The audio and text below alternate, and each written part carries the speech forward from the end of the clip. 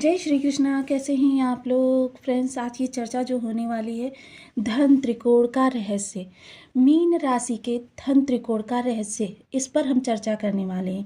Mean राशि जो बेहद सात्विक राशि है और जीवन में सबसे ज़्यादा देखिए धार्मिक राशि कही जा सकती है, आध्यात्मिक कही जा सकती है और सबसे ज़्यादा उन्नति करने वाली राशि भी मानी जाती है, क्योंकि इसके जो अधिष्ठात्र देव होते हैं वो भगवान विष्णु होते हैं, जिनके पास सृष्टि के पालन का दायित्व होता है।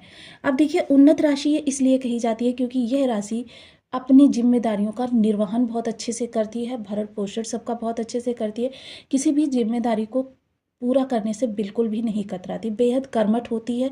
क्योंकि देखिए इस राशि के धन त्रिकोण, देखिए ब्रह्मांड की भी चर्चा करेंगे, जो ब्रह्मांड में इस समय पर स्थितियां हैं क्योंकि वो भी आपको प्रभावित करती हैं।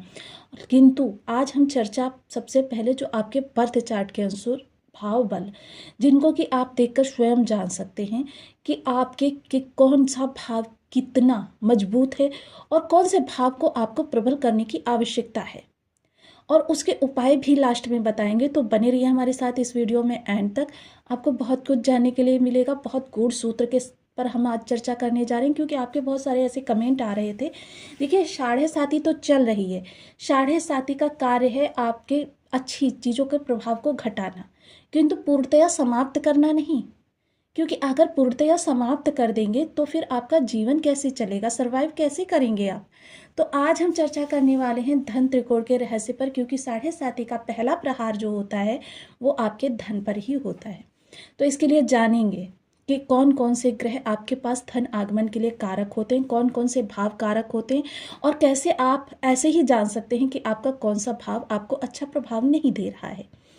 तो आइए चलते हैं, चर्चा को प्रारंभ करते हैं। लेकिन उससे पहले आपसे हाथ जोड़कर अनुरोध रहेगा कि यदि अभी तक आपने अपने इस चैनल को सब्सक्राइब नहीं किया है तो प्लीज़ सब्सक्राइब कर लीजिए, वीडियो को लाइक कर दीजिए, चैनल को शेयर करिए, ज़्यादा से ज़्यादा शेयर करिए ताकि अन्य लोग भी इस ज्ञान का लाभ उठा सकें। तो देखिए यदि आपके लग्न में 12 नंबर बना हुआ है तो ये राशिफल आपके लिए, यदि कुंडली में कहीं भी चंद्रमा के साथ 12 नंबर बना हुआ है तो ये राशिफल आपके लिए। कुंडली ना होने की स्थिति में आप इसे नाम राशि से भी देख सकते हैं। यदि अभी तक आपने अपने इस चैनल को सब्सक्राइब नहीं किया है तो प्लीज़ सब्सक्राइब कर लीजिए, वीडियो को लाइक कर दीजिए, चैनल को शेयर कर दीजिए। इससे होगा क्या कि हमारे आने वाले हर वीडियो की नोटिफिकेशन मिल सकेगी आपको सबसे पहले। एक प्यारा सा कमेंट करना बिल्कुल ना भूलें, कमेंट से हमें बहुत मोटिवेशन मिलता है, हौसला मिलता है और ये पता चलता है आप और क्या जानना चाहते हैं। तो देखिए धन धन जो होता है उसके दो भाव होते हैं, लाभ भाव और आपका धन भाव। किंतु लाभ भाव आपके जो इनकम से, आपके कर्म से जो उत्पन्न होता है वो इस लाभ भाव पे आता है, और यहाँ से आपके पारिवारिक ज़रूरतों को पूरा करके, आपकी आवश्यकताओं को पूरा करके उसके बाद जो बचता है वह यहाँ पर आता है। मेन चर्चा ये होती है धन की आपके, कि आपका धन संचयन कितना हो रहा है।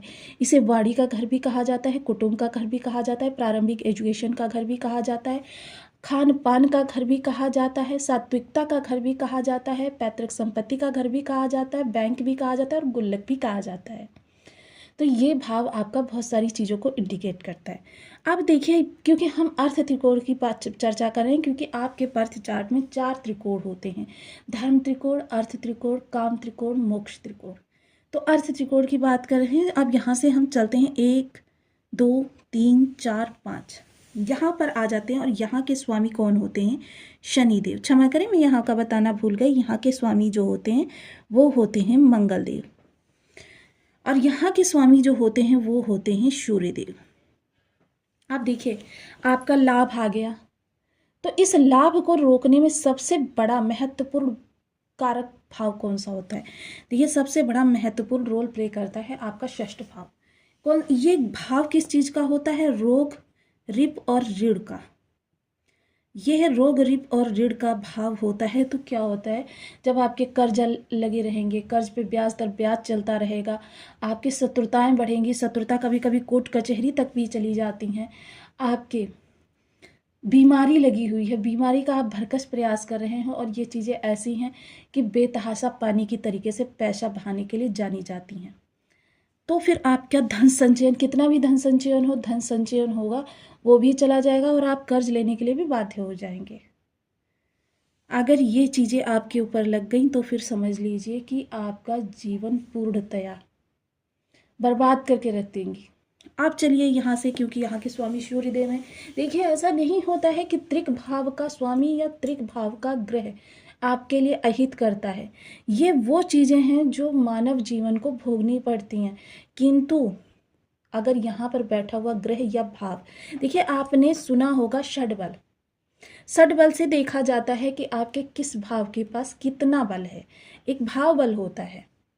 अब भाव बल अगर आपका सपोज कीजिए यह भाव 5% बल लिए हुए है और ये भाव आपका 20% बल लिए हुए है, तो आप 5% कैसे ला पाएंगे जब ये 20% आपका यहाँ से निकल जाना है।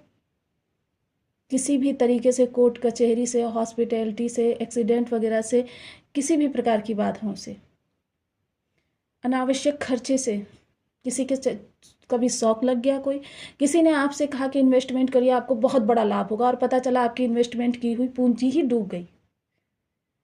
ये सब आपका इस भाव को दर्शाता है।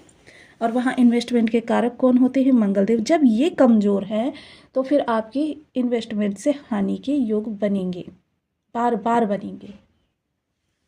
अब चलते हैं यहाँ से 5 कदम आगे, 2 3 4 5। अब यहाँ के स्वामी जो हैं वो गुरुदेव हैं, जो कि आपके राशिपति भी होते हैं।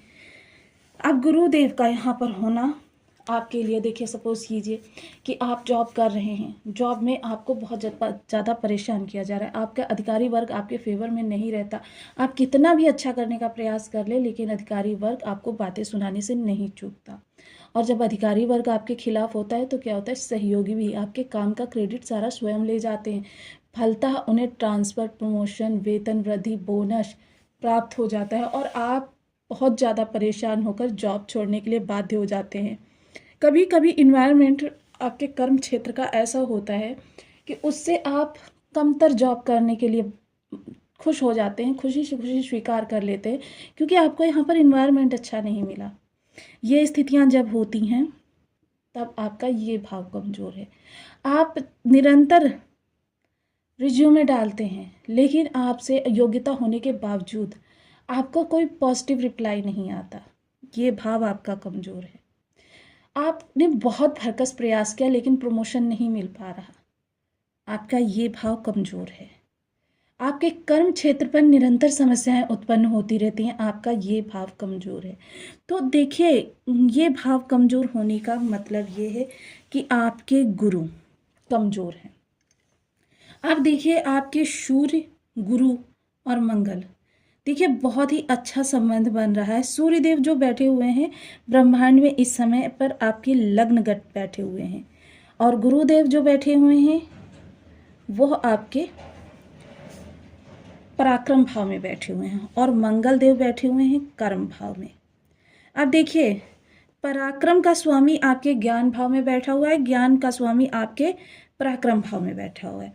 सूर्य आपको तेजोमयी बना रहे हैं आपके इस समय पर, क्योंकि देखिए ये चीज़ हम आपको पहले भी एक बार बता चुके हैं कि आपके कुंडली में ग्रह के पास कितना बल है वह निर्धारण होता है आपके कुंडली से, और ग्रह आपको प्रभाव कहाँ से देगा यह निर्धारण करता है आपका ब्रह्मांड। तो ये चीज़ें आपके लिए हो जाती हैं। आप देखिए, आपके इन तीनों ग्रहों ने एक दूसरे के साथ बनाया है लाभ संबंध।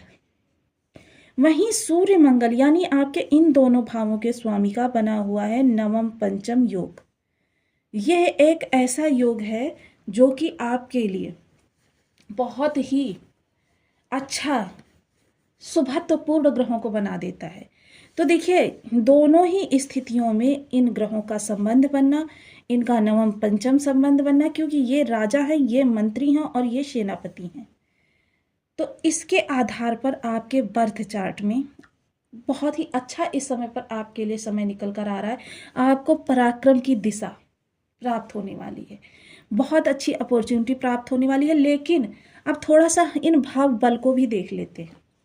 अगर आपकी वाणी बहुत अच्छी है, वो अच्छी है लेकिन प्रभावशाली है, जो भी आपसे मिलता है आपसे प्रभावित हुए बगैर नहीं मिल रहता, तो समझ लीजिए आपका ये भाव अच्छा है। आपके खून के रिश्तों के साथ बहुत अच्छी ट्यूनिंग रहती है, निस्वार्थ भाव से आप एक दूसरे से बंधे हुए हैं, तो ये आपका भाव प्रबल है। आपकी पैतृक संपत्ति में कहीं कोई व्यवधान नहीं है, कोई झगड़ा नहीं है और आपको उसका लाभ निरंतर प्राप्त हो रहा है, ये भाव आपका मजबूत है। आपकी सेविंग बेशक बहुत थोड़ी हो रही है लेकिन निरंतर रेगुलरिटी से हो रही है, तो आपका ये भाव प्रबल है। आपके खान पान में कहीं कोई व्यवधान नहीं उत्पन्न होता, कभी आपको मजबूरी में भी भच्छे भच्छे नहीं खाना पड़ता है या कुछ ऐसे पदार्थ, क्योंकि 3 प्रकार के देखिए भोज्य पदार्थ होते हैं, राजसी, सात्विक और तामसिक। तामसिक भोजन, सात्विक, राजसिक, मतलब आपके लिए बहुत अच्छा भोजन हर समय प्राप्त होता है, आपका ये भाव प्रबल है। शिक्षण आपके प्रारंभिक जो भी आपने की है उसमें कहीं कोई व्यवधान नहीं उत्पन्न हुआ, तो आपका ये भाव प्रबल है। आप चलते हैं 6ठ भाव की ओर।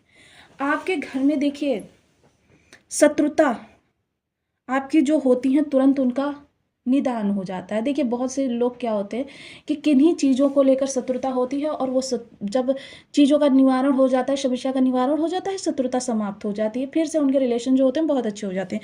यदि ऐसा आपके लिए ऐसा चल रहा है तो फिर आपका ये भाव प्रबल है। कहीं बीमारी आती है, आप तुरंत उसका उपचार करते हैं, तुरंत आप ठीक हो जाते हैं, या आपके परिवार में कोई भी तुरंत उसे योग्य मेडिसिन मिल जाती है और तुरंत वो ठीक हो जाता है, तो भी आपका ये भाव आपको अच्छा प्रभाव दे रहा है। इसके अतिरिक्त कर्ज लेने की स्थिति आपकी कभी नहीं आती, तो भी यह भाव आपका बहुत अच्छा है। आपके लिए यहाँ से कोई व्यवधान उत्पन्न नहीं। आप चलते हैं कर्म भाव की ओर। कर्म भाव में आपके ज्ञान के प्रभाव से आपकी बहुत ही ज़्यादा रिस्पेक्ट होती है, या फिर अधिकारी वर्ग कभी भी आपको परेशान करता नहीं है। अगर कोई बात होती है तो शालीनता से उसे बताता है कि आपने यहाँ पर गलतियाँ की हैं, कृपया इनका भविष्य में ध्यान रखिएगा, तो फिर ये भाव आपके लिए अच्छा है। आपका प्रमोशन के लिए एक्सपेक्ट करते हैं तो प्रमोशन भी आपको मिलता रहता है, तो आपका ये भाव प्रबल है। तो ये तो थे आपके भावों की पहचान आप किस तरीके से कर सकते हैं।